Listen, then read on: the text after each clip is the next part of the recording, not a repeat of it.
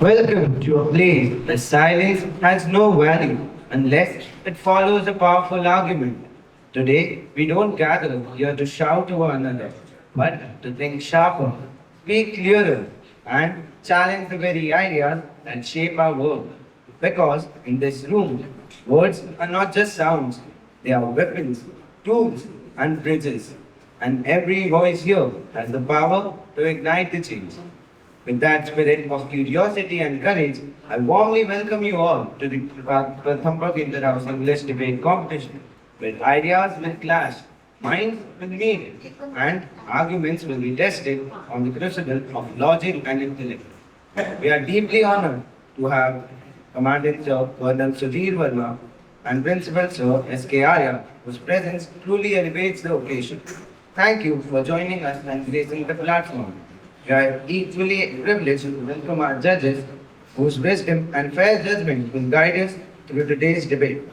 Mr. Bomban Sir, Mr. Anshuman Sir, and Mr. Sumit Pawar Sir. Thank you for being here and for lending your valuable time and insight to this competition. Now, to ensure smooth flow of today's proceeding, it is my pleasure to introduce the anchors for the day. Myself, Bihan K. Dinyagnik, and Padanga by my side are the anchors for the event. At this moment, it is my privilege to invite a person whose guidance and leadership inspires us every day. With due respect, I would like to call our Principal Sir S.K. Arya to come forward and share his valuable words of wisdom and encouragement with us.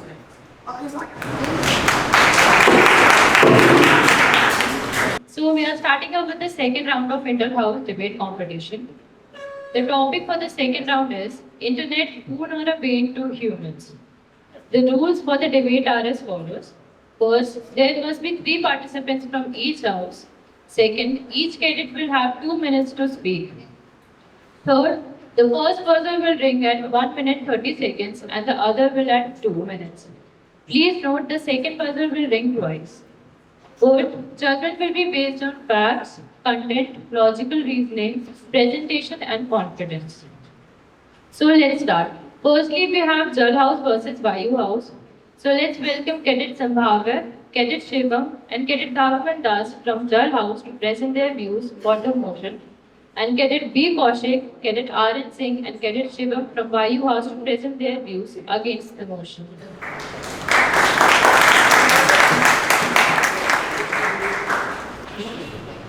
Good morning to one and all present here. Today I, Shivam Rawat, a cadet of Pratham Pag Course 2, stand on the behalf of Jal House. Now, I will speak for the motion of the topic that Internet is a boon. The Internet is not just a technological tool, it is the backbone of 21st century world with over 5.4 billion users. It has reshaped how we learn, work, communicate, and innovate. Now I will actually explain the Internet.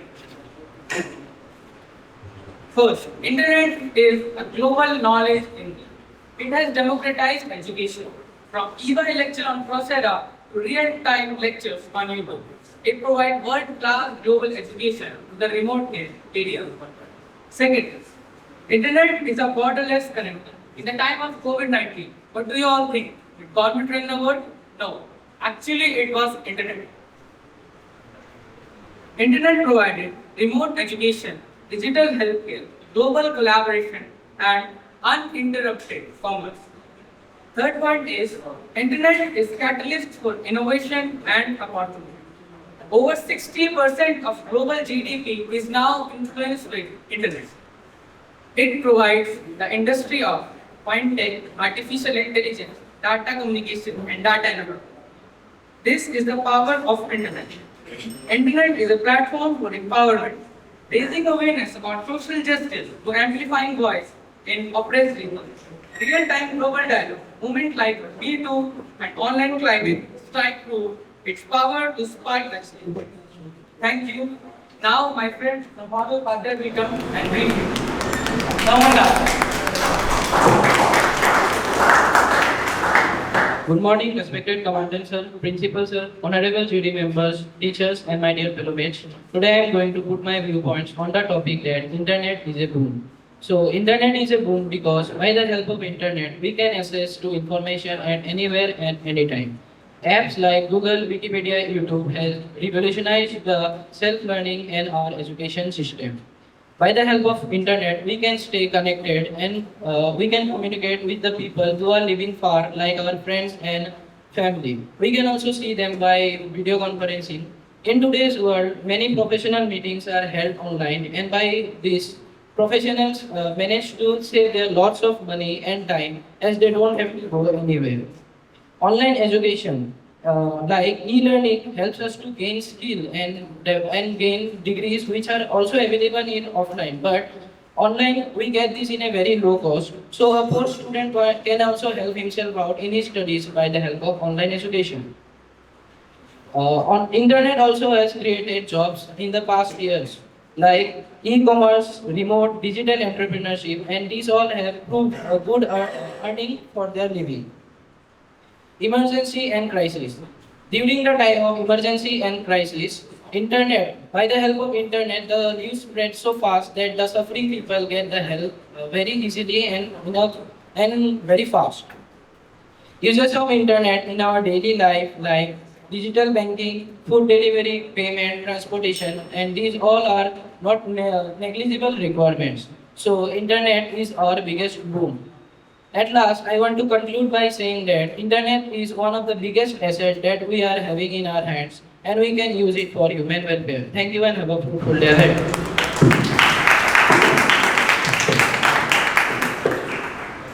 The internet, when assessed not just for its superficial utility, but for its deep structural impact on human civilization, stands as one of the most transformative and beneficial inventions and information medium in modern history.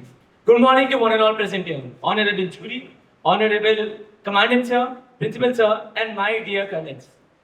Today I, Cadet Sambhavya Upadhyay, stands before you to speak in motion that internet is a boon. Internet, as we know it today, is one of the most transformative and beneficial information and innovation in history.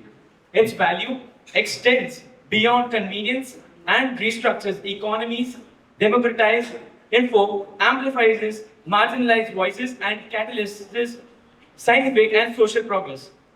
Benefits of the internet has been seen in various forms and various streams of lines. Some examples for this can be shown through statistics.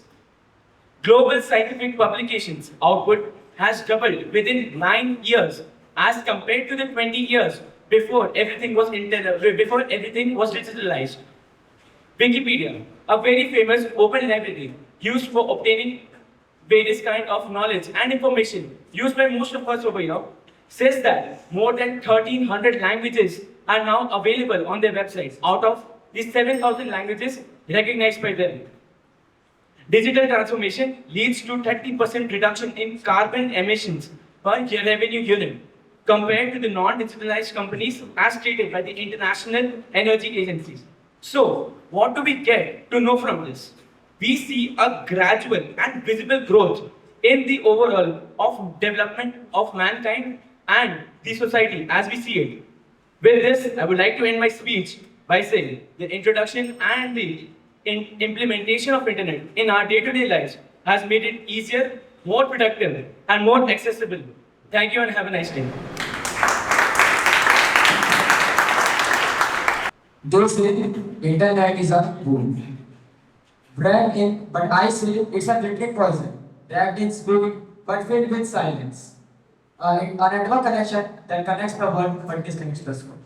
Good morning, Reverend Commandant Sir, Principal Sir, learned judges, faculty members, staff members, and all my friends. Here is I representing my value house, and I am here to speak against the motion Internet a boon for life. In which era are we actually living in? We are living in the era of 21st century, the era of technology and development.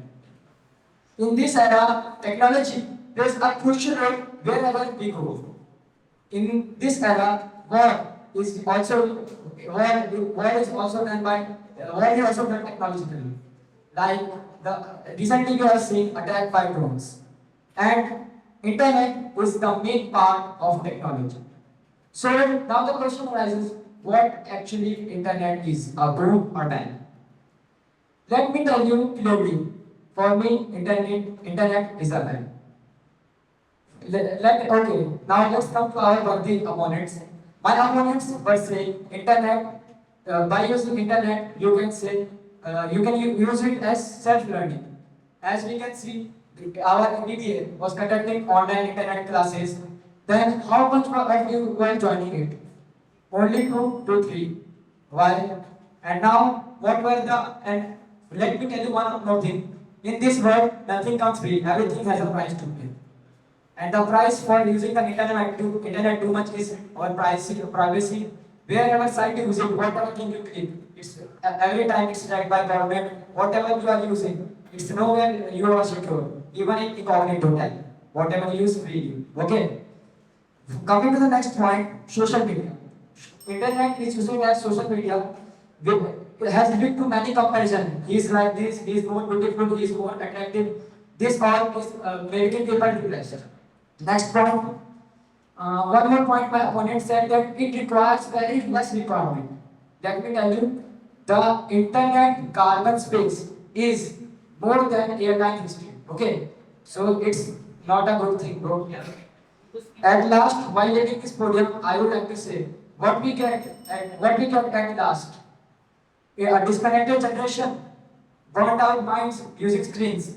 It's your now it's up to you to think and tell. Thank you. Have a nice day.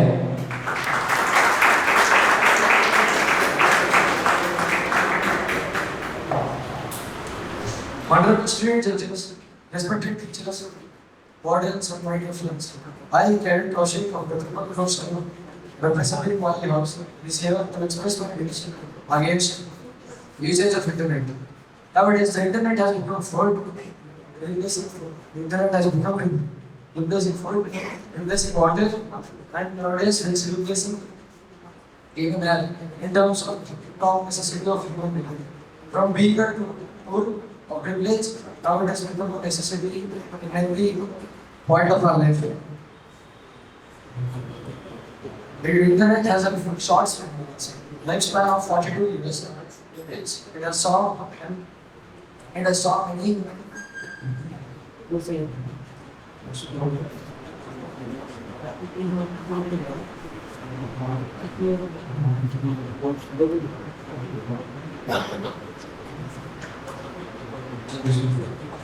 now I'll explain this so that you get the essence to offer it just as it was regarding that interview. My opponent mentioned that internet helps with children's education. Ideally, it would really, I would say, because everybody cannot afford it. Everybody cannot afford international connections, electronic devices. This is not digital device. If you even consider the how many of them are using it personally, although the users might get into some innovative websites online. And remember, it's often get attractive to them from Boston. Until this, the students struggle in developing patience, consistency, and you can't get the feeling of acting something. Some of our opponents gently avoid these points and say that internet builds relationships. But I don't think so, it builds relationships. Because there is no physical relationship and there is no face-to-face relationship. So just know that internet connects devices, not hearts. I would like to conclude my debate here, hoping about the change from inside. Thank you.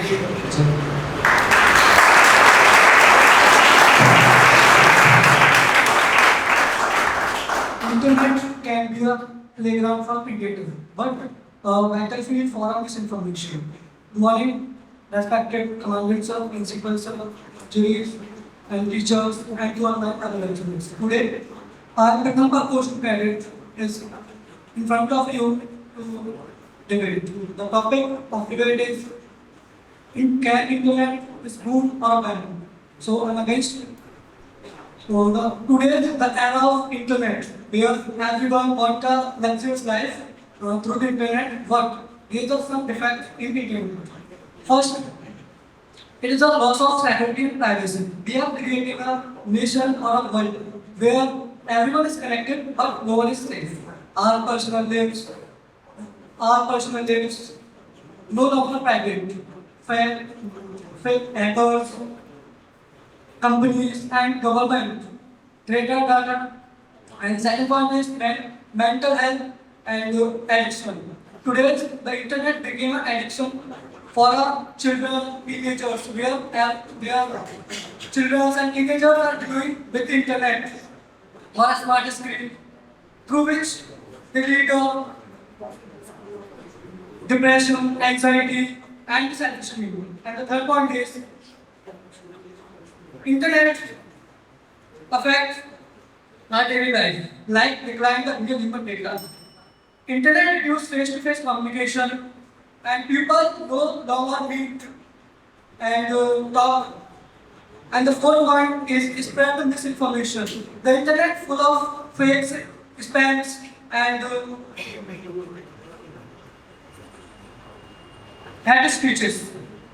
Anyone can post anything, and millions of people can believe without any checking or any information, which will create a lot of threat, violence, and fear across people. So at last, I conclude that internet has some benefits, but damage it causes to our mind, relationship, and society. Thank you and have a nice day.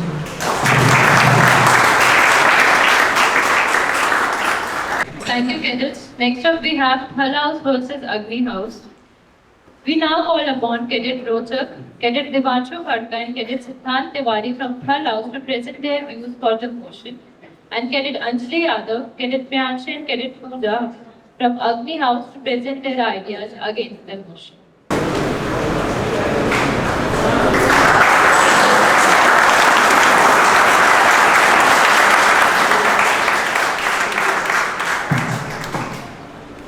Honorable Principal Sir, respected jury, and all the distinguished members of DDA. I bring to you the greetings of all 33 cadets of Thalaus. My name is Devanshu Khadka, and we are here debating on the topic, is internet a boon or a ban? I would sum up all my arguments with a single statement brought from the internet. That is, the internet is not just technology. It is opportunity shared at the speed of light. But I have been given more time than that, therefore I will speak more about it. Before starting, I want you all to imagine a village in rural India where the nearest school is 10 kilometers away and the nearest hospital is even further. Yet, a teenage girl there is learning coding online. Her mother is running an online business through WhatsApp, and her father is getting all the schemes of government by an app on their mobile phone. This is not fiction, it's the silent revolution of internet in India. There are many advantages which are not often discussed, but I am here bringing some of them as I cannot complete all the advantages in few minutes. The first advantage I feel is flattening of hierarchies. In online communities or form use, reputation and knowledge often matters more than age, status and geographic location, giving voice to people who might be ignored offline. Empowerment of the differently abled peoples. Tools like screen recording, speech to text, and remote work opportunities significantly improve accessibility and independence for people with disabilities. Long tail opportunities for niche interests. The interest allows people with a very specific or obscure interest to find communities, product, and context that would never be available to you. Access to diverse perspective, as there are many kinds of social media platforms.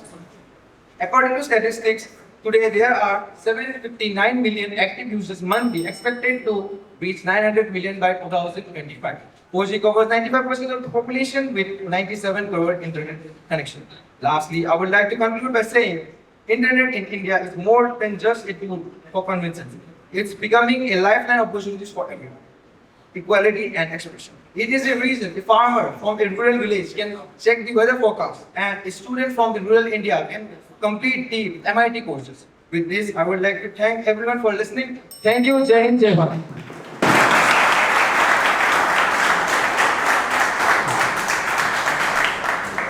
Very euphoric morning to honorable principal sir, respected juries, and all my fellow cadets.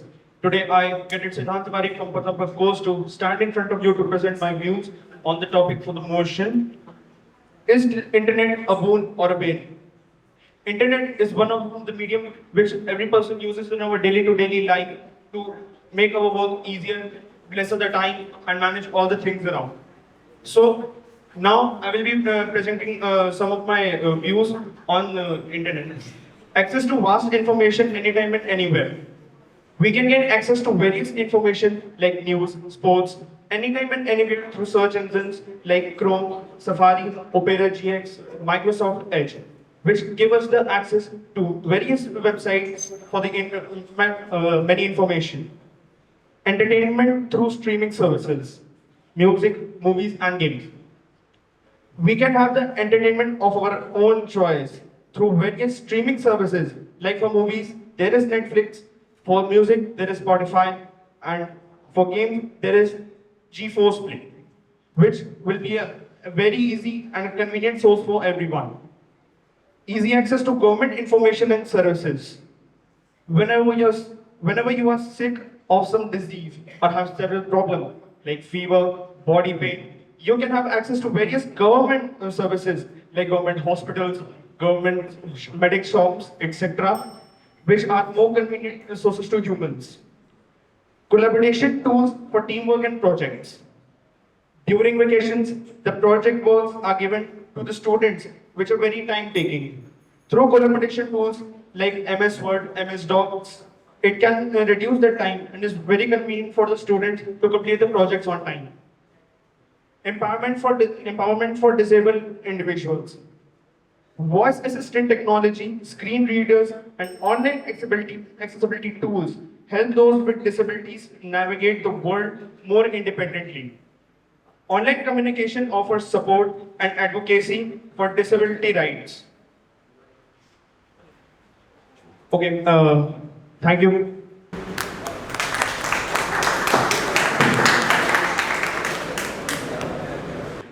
A very good morning to one and all, respected dignities, respected judges, and my fellow batchmen. Today I wrote a Pratham Pag to course cadet representing the house for today's debate competition. Today I advocate in favor of topic Internet is boon to human.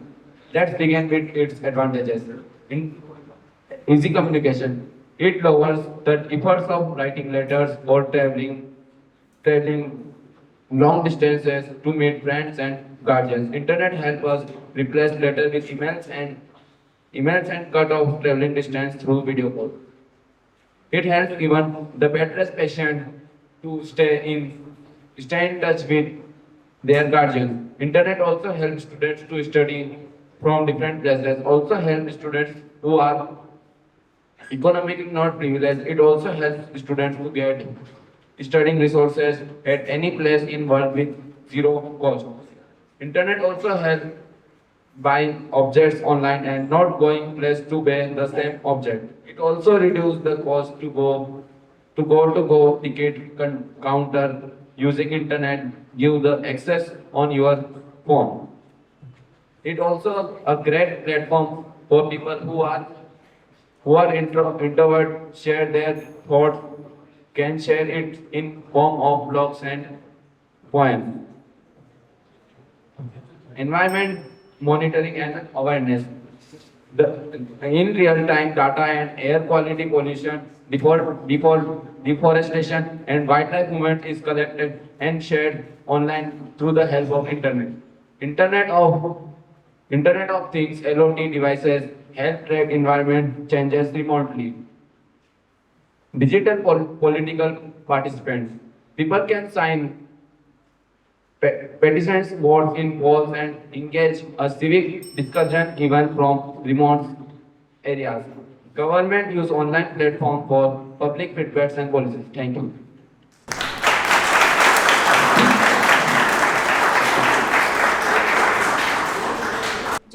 everyone. I am Anjali Radha from Agni House. Today I will be speaking against the notion on the topic Internet, boon or bane to humans. Internet has made people more isolated despite being more connected. It is something which has more side effects than benefits. I begin my arguments with privacy invasion and data theft. In 2023, over 3 billion data records were exposed globally due to cyber attacks and poor online security. High-profile data breaches like Equifax, Meta exposes millions of users' private information. Another major issue is internet addiction. According to the World Health Organization, internet gaming disorder is now officially recognized as a mental health condition.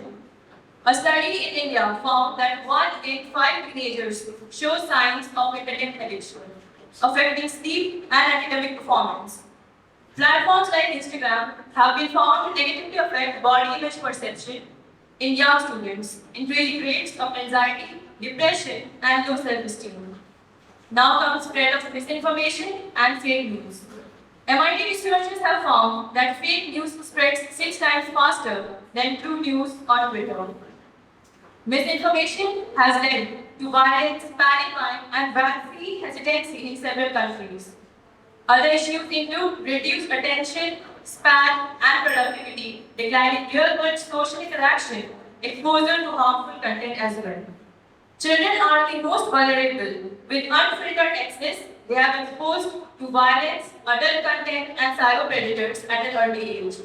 Should something so dangerous be controlled or even called away?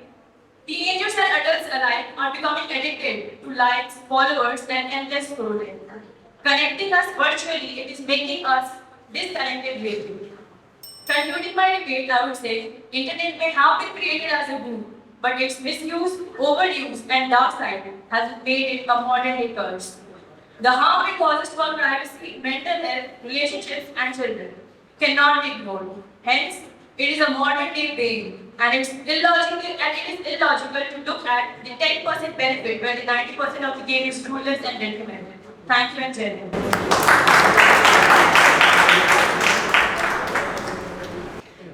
Good morning to everyone. Today I am Priyanshi here to share my views on the topic Internet, boon or a bane to humans. Just like a coin has two sides, similarly, Internet is a two-edged sword, but not with both the benefits and demerits. Here the case has become biased. The demerits overweigh the merit, making it a bane. There are many negative impacts of the internet like smartphones and social media can fuel depression and anxiety. Excessive screen use can stunt face-to-face social skills and deepen loneliness. Filter bubbles and echo chambers cue the information user, reducing exposure to diverse viewpoints and hindering critical thinking. Internet addiction can sap productivity, degrade academic performance, and contribute to sedentary lifestyle and poor health. Online life invites risks like identity theft, hacking, and privacy invasion. Also, cyberbullying leads to severe emotional trauma among youth, even suicidal consequences. Persistent distractions can weaken decision making and induce information anxiety. Even though the internet has benefits, it can be dangerous at times. There are hackers trying to decode your device, frauds calling you and asking you to share OTP or your ATM card details. At last, concluding my debate, I would like to say for calling something a boon, people should first know how to use it. As it has been rightly said, half knowledge is a dangerous thing. Similarly, using internet in a cringe manner without knowing what's happening behind the scenes makes it a total pain. Thank you.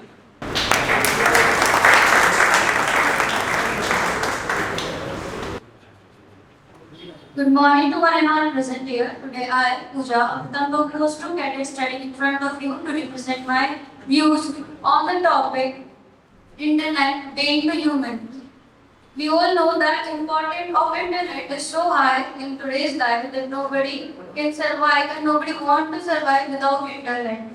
So, such condition is very common in our young generations. Many,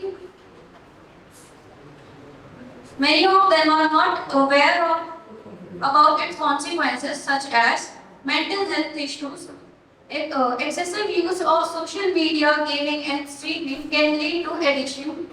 Content exposed to creative life, negative news, and cyberbullying contributions which leads to anxiety and depression. Private inventions. Personal information is collected and shared and sometimes exploited to companies and governments. Easy access to personal data makes stealing and harassment easier. Cybercrime, bank fraud, and data branching and rampant fake websites, investment scams, and job fraud are very common nowadays. Spread of misinformation. Due to misinformation, today two religions are fighting with each other, and people blindly believe on the misinformation spread, and they don't even try to find the actual reason and actual meaning of that news spreading. Impact on child's education. Fast-paced contexts make it harder to young people to focus on studies. Easy access to harmful materials like violence and hate speech, changing the mindset of the young youth. At last, I would like to conclude my speech by saying that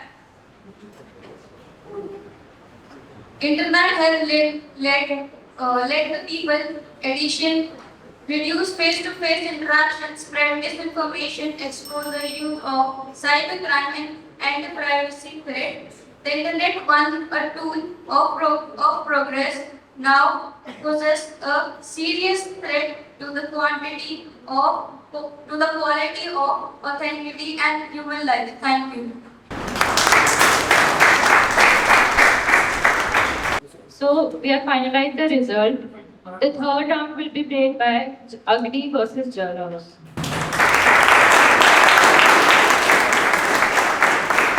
Now, as we move forward to the third round, let me explain the rules and the procedure. There will be 3 participants from each house. Each participant will be given 2 minutes to deliver their views.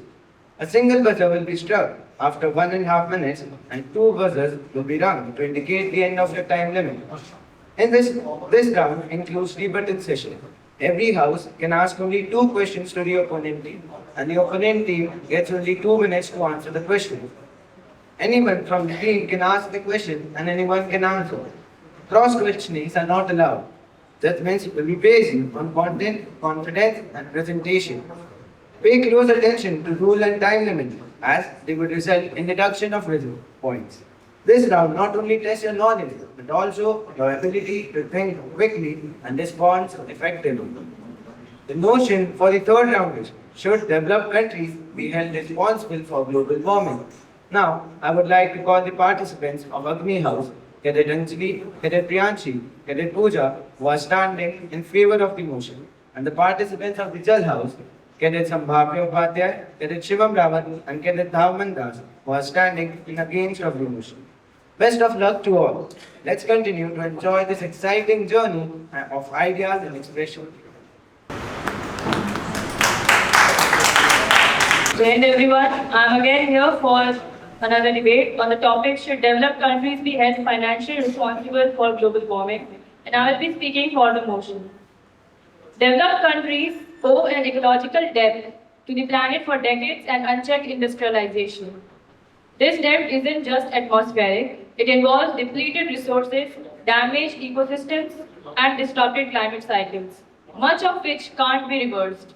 Responsibility must include reparations beyond emission cuts. Second argument of mine would be the colonial legacy link. Climate change is tightly connected to colonial history. Colonial powers extracted resources from the global south to fuel industrialization. The environmental cost of that expansion was outsourced, and the consequences are still being felt in vulnerable countries today. My third argument would be the moral precedent and legal liability. If a corporation can be held accountable for economic environmental harm, why not states?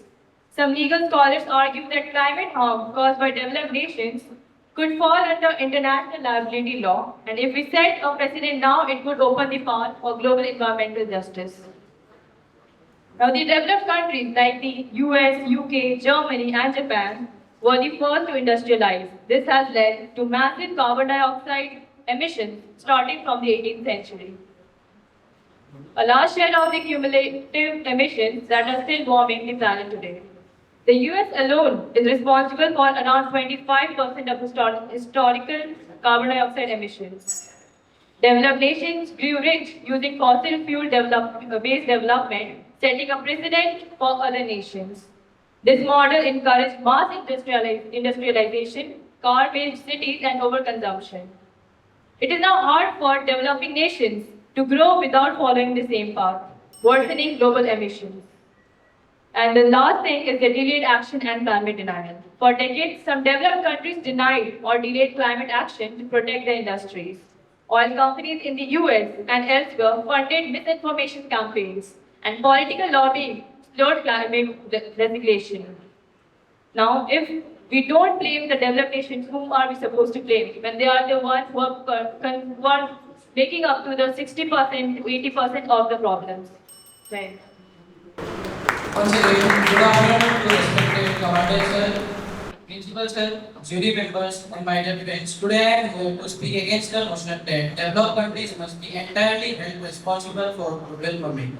Just now I heard your opponent state that all the consequences we are facing now of global warming is just because of the developed countries, but it is not. To understand it, we have to study the present versus historic conditions. Developed countries had emitted the most in history, like in the 19th and 20th century, and at that time we don't know about the science of global warming, and they were not aware of the consequences that they would face. So it is morally incorrect to blame anyone who don't know the consequences. And also, developed countries contribute more in the past, but global warming is a situation of now.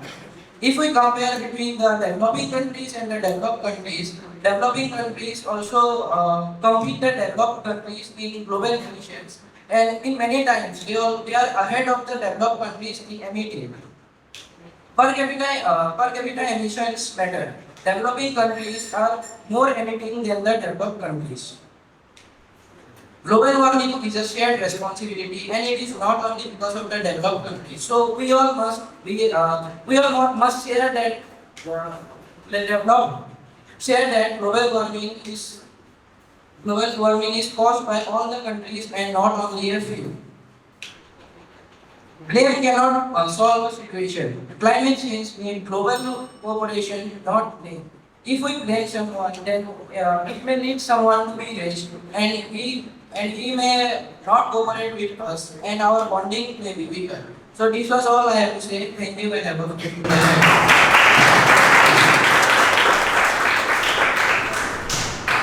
Good morning to everyone again. I am here to speak in favor of should developed countries be held financially responsible for global warming. Developed countries must be held financially responsible for global warming because they bear the greatest historical responsibility for the emissions that have brought us to the brink of climate catastrophe. Meanwhile, the poorest and least developed countries, those who contributed the least to the problem, are suffering the worst impacts like rising sea levels, extreme weather, food security, and displacement. Climate justice demands accountability. Financial responsibility is not just a moral obligation. It is a practical necessity to ensure global cooperation, fund adaptation and mitigation efforts, and support a fair transition for vulnerable nations. One of the strongest reasons developed countries should be financially responsible is the principle of common but differentiated responsibility recognized in the international agreements like the Paris Agreement. By providing financial support, though climate aid, green technology transfer, and adaptation funding, developed countries can help level the playing field and enable sustainable growth in the global south. This isn't just about blame, it's about leadership, fairness, and ensuring that every country has the tools to fight climate change effectively. In conclusion, holding developed countries financially responsible for global warming is not about placing blame. It's about justice, equity, and survival. These nations have contributed the most to the climate crisis, yet it is the world's poorest who suffer the gravest consequences. Financial responsibility ensures that those with the greatest means help those with the greatest need, fostering global cooperation and enabling a just transition to a sustainable future. Climate change is a global problem, but responsibility is not equal. If we are serious about solving it, then those who cause the most harm must also do the most to fix it. Thank you. First of all, I would like to say I disagree to simply. Today I will speak against the motion of the topic that developed countries should be held responsible for global warming. First, I would like to talk about carbon emission. As per 2023, China, developing country under UN classification, is the largest carbon dioxide emitter of the earth, only at 30% global emission, followed by India, Pakistan, and Bangladesh. Second, climate action. Why is it is unfair to blame all developed countries is already helping in fund adaptation of poor countries and investing in green climate fund. So it is wrong to blame developed countries for climate change. Third, historical emission with knowledge. Developed countries done their most global warming in 19th and 20th century when the science of global warming was not developed. So is it morally correct to blame anyone for a solution of which they were not aware? Of course not. Thanks.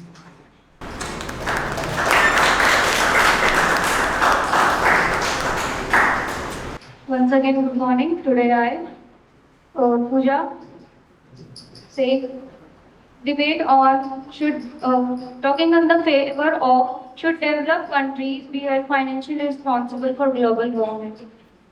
So let us begin with the undeniable truth. Climate change did not begin yesterday. It is the product of our country of relentless and industrialization, driven largely by a handful of wealthy nations.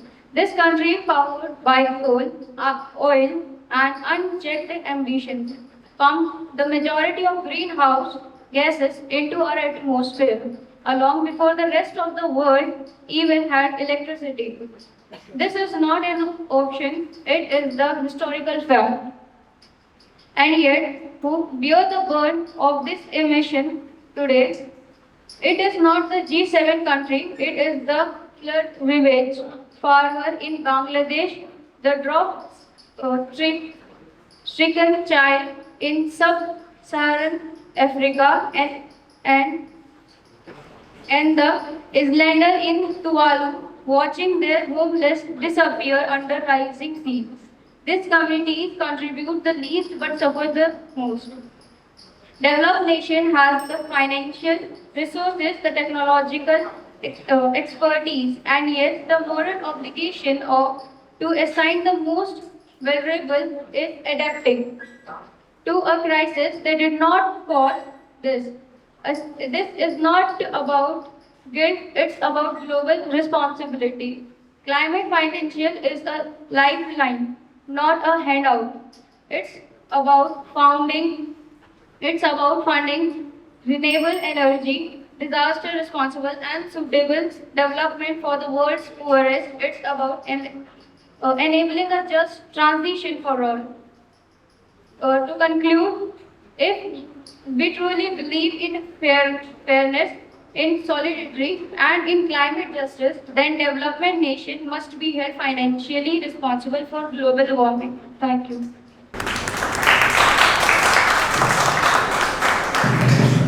Honorable judges, respected opponents, and distinguished audience.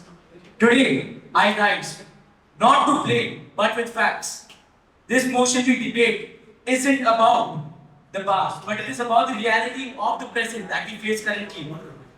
The world is not living by pollution, by the ghost of industrial revolutions of the past, but it is being shown by the unchecked emissions of deforestation, waste under management, and issues of today's developing countries. First of all, I would like to shed some facts in front of you. Total cost of 60%, let me repeat that number, 60% of the overall emissions in the world today is not because of the developed countries. It is because of the ill management. It is because of the pollution being polluted in the developing countries. And no, it is not the developed countries' factories that are producing this. It is the vehicular pollution. It is the mismanagement of the waste that is causing these problems. Cities like Lahore, Dhaka, Delhi has been recorded with 25 times more levels of PM 2.5 in their atmosphere than the state limit as added by the UN and the WHO. 50% of the global tropical trees has been felled. 50% on the name of progress in countries like Brazil, Indonesia and Congo, causing an increase of nearly 15% in CO2 emissions. What all this does add up? Ladies and gentlemen, this shows the hypocrisy that these countries are currently facing, that these countries are currently showing. They currently have no legitimate rules and regulations governing the amount of pollution that they produce in their country. And they come on and debate with the developed countries that it is the fault of theirs that this pollution is being produced. Ladies and gentlemen, we have to understand the developed countries are trying their best to reduce the amount of pollution. America, for example, has invested $370 billion in total to produce various renewable sources of energy to reduce the amount of carbon emissions. The fire devastating our climate isn't burning in history books, it is burning today. In the skies of Delhi, in the forests of Indonesia, and the oceans of Manila. If we keep blaming the past and ignore the present, there won't be a future left to debate about. Thank you very much.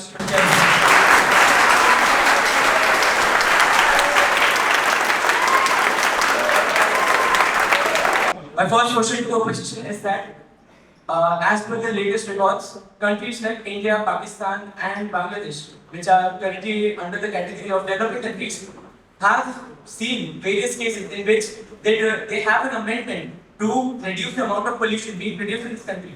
And they also have the resources provided by the developed countries to do so. But no such action has been taking place. So is this the fault of the developed countries of the pollution, or is it a lack of governance in their own country? First of all, before answering the question, you should have thought about why are the developing countries doing so, even if they are doing it. First of all, the developed countries, they have set an example that by doing these things, like in 5-year plans and many other things, you can become developed. And when you come in the category of developed, there will be many new standards for you. So the developing countries are doing it just to become developed. So it is, of course, setting an example. And it is illogical to say that during the developed countries, during the 18th or 19th centuries, didn't have the knowledge, scientific knowledge. If they didn't have it, why did they develop gramophone? Why did they develop the printing press? I think you're satisfied.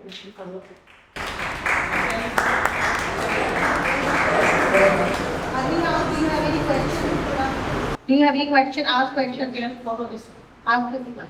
You can, but no cross questioning, right? You can ask the next question. Okay, Agni House, ask your question.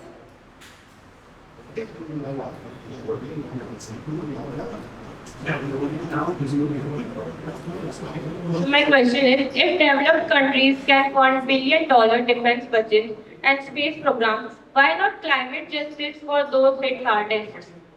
Could you please answer the question?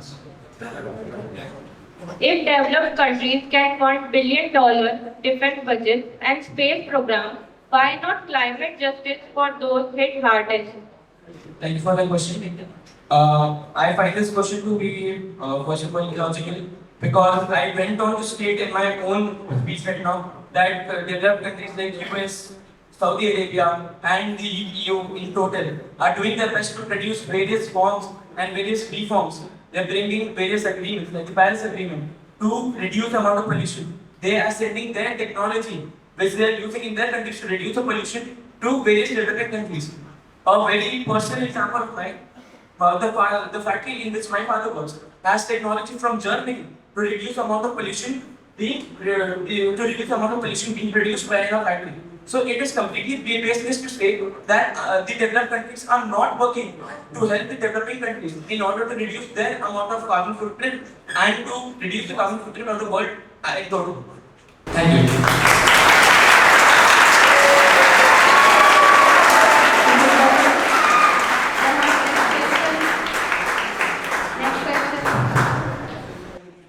Just now, our dear opponent spoke about Bangladesh. Bangladesh is a developing country.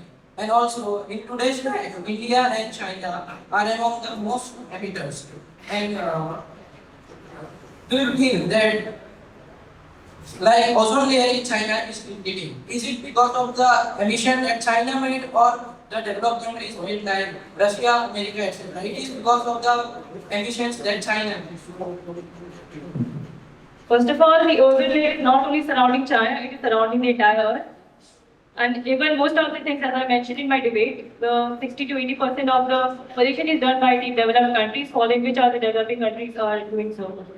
So majorly, we are supposed to blame the leaders rather than the followers. If the leader is preaching bad, the followers will be bad. And if they are preaching good, they will be good.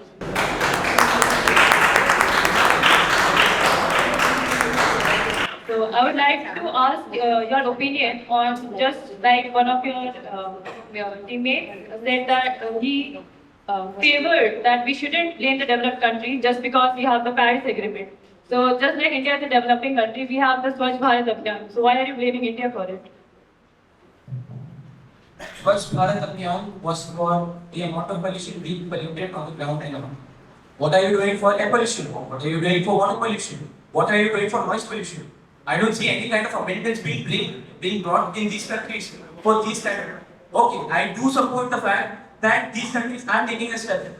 But what is the point of coming up on international standards, like coming in the UNHCR committee and completely blaming the developed countries? In the recent speech by Bangladesh, they blatantly blame US, Europe, and other countries for the amount of pollution in their country. It is not these countries that is causing the pollution. It is your country. It is your democracy. It is your constitution. You can bring the amendments to control the pollution. Why are you coming up and telling others that it is your fault? Pointing fingers has never brought anyone to a solution. It is always taking amendments that has brought the solution. Thank you.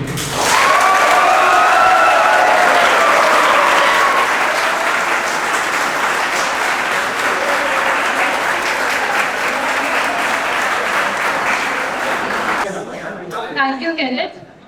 The results have been calculated. It's the time to honor the achievements of our participants. Let's begin the prize distribution.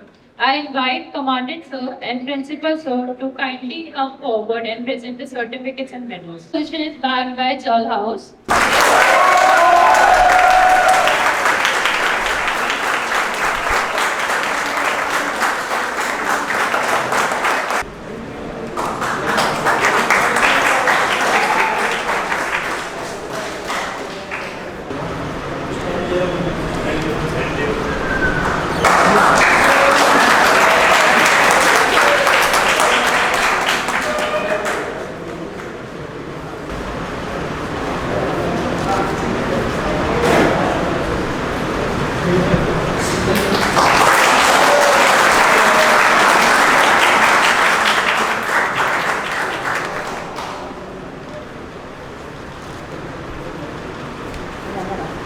Backed by Agni House. I request Agni to come forward.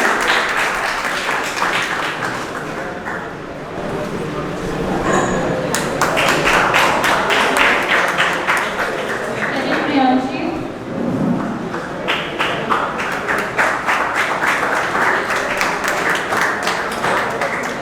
And Kenneth Pooja.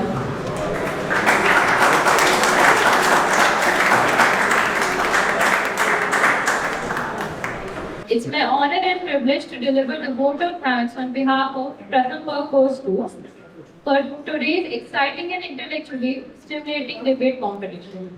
First and foremost, I would like to extend my heartfelt gratitude towards Commandant Sir and Principal Sir and respected judges for gracing the event with their presence and sharing the valuable insights. Thank you so much and have a nice day. Kindly subscribe DDA YouTube channel and don't forget to press bell icon.